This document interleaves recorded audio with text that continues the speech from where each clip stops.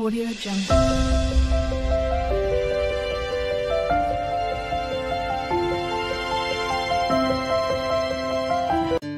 నమస్తే దోస్తులు, అందరూ బాగున్నారా? మా యూట్యూబ్ ఛానల్ ప్రేక్షకులందరికీ శుభాకాంక్షలు. 2 ఏళ్ల తర్వాత నేను ఈ పండుగ చేసుకుంటున్నా. ఈరోజు నాకు చింది సాయం చేసింది, పోయినసారి చింది లేదు. అమ్మవారి పూజ నేను చాలా భక్తి శ్రద్ధలతో చేయడం జరిగింది, అమ్మవారు మెచ్చినట్టుగా. ఇక ఉరుకు నా సంతోషమే కాదు, బండి తీసిన మాకి గిరిగిరి బండి మలిపిన అంటే కొడితే అంత స్పీడ్లో గుడిలో పడ్డా డైరెక్ట్గా. లైన్ చూస్తే గయ్య రచ్చుందన్నమాట. ఇంకా పక్కకు వచ్చేసి దర్శనం చేసుకుందాం అని పర్మిషన్ అడిగి తీసుకున్నాం. అమ్మవారిని చూడంగానే 2 కళ్ళు సరిపోలే నాకు. మస్తు ఆనందపడ చూడుర్రి, నా కళ్ళు నిండిపోయిన ఆనందంతో. నేనైతే ఫుల్ డల్ అయిపోయాను, ఎందుకంటే ఫుల్ ఎండగా ఉంది, జనాలు. అందుకే అంటారు కదా చెప్తే వినాలని. మార్నింగ్ నుంచి చెప్తే వినలేదు అంటే అలా అయిపోయింది, లేట్ అయిపోయింది.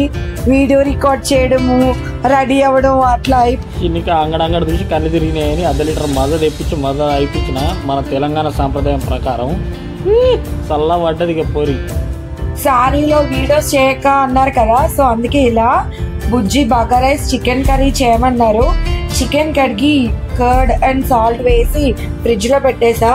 ఆనియన్స్ కట్ చేయి బుజ్జి బాబు అంటే ఆఖరికి వస్తే ఎవరు తోకున్న గోతులు ఆడే పడతాను అన్నట్టుగా కూర వండు. మన పాపానికి నాతో ఉల్లిగడ్డలు కూరగాయలు పోయించింది.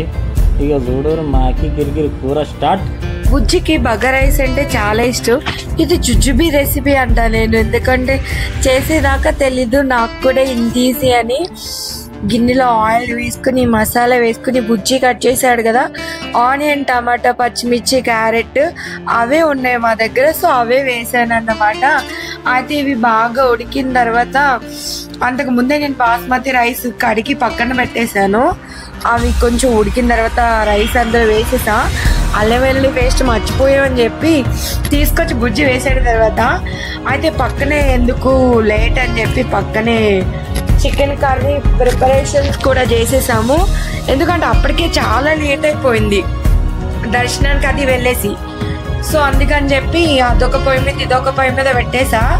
అక్కడేమో బిర్యానీ, ఇక్కడేమో చికెన్ కర్రీ, మల్టీ టాస్క్.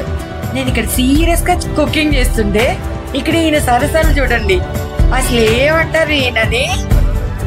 కష్టపడి వంట చేసిన తర్వాత హస్బెండ్ బాగుంది అని ఒక్క మాట చెప్తే పడ్డ కష్టమంతా మర్చిపోతారు కదా ఆడవాళ్ళు.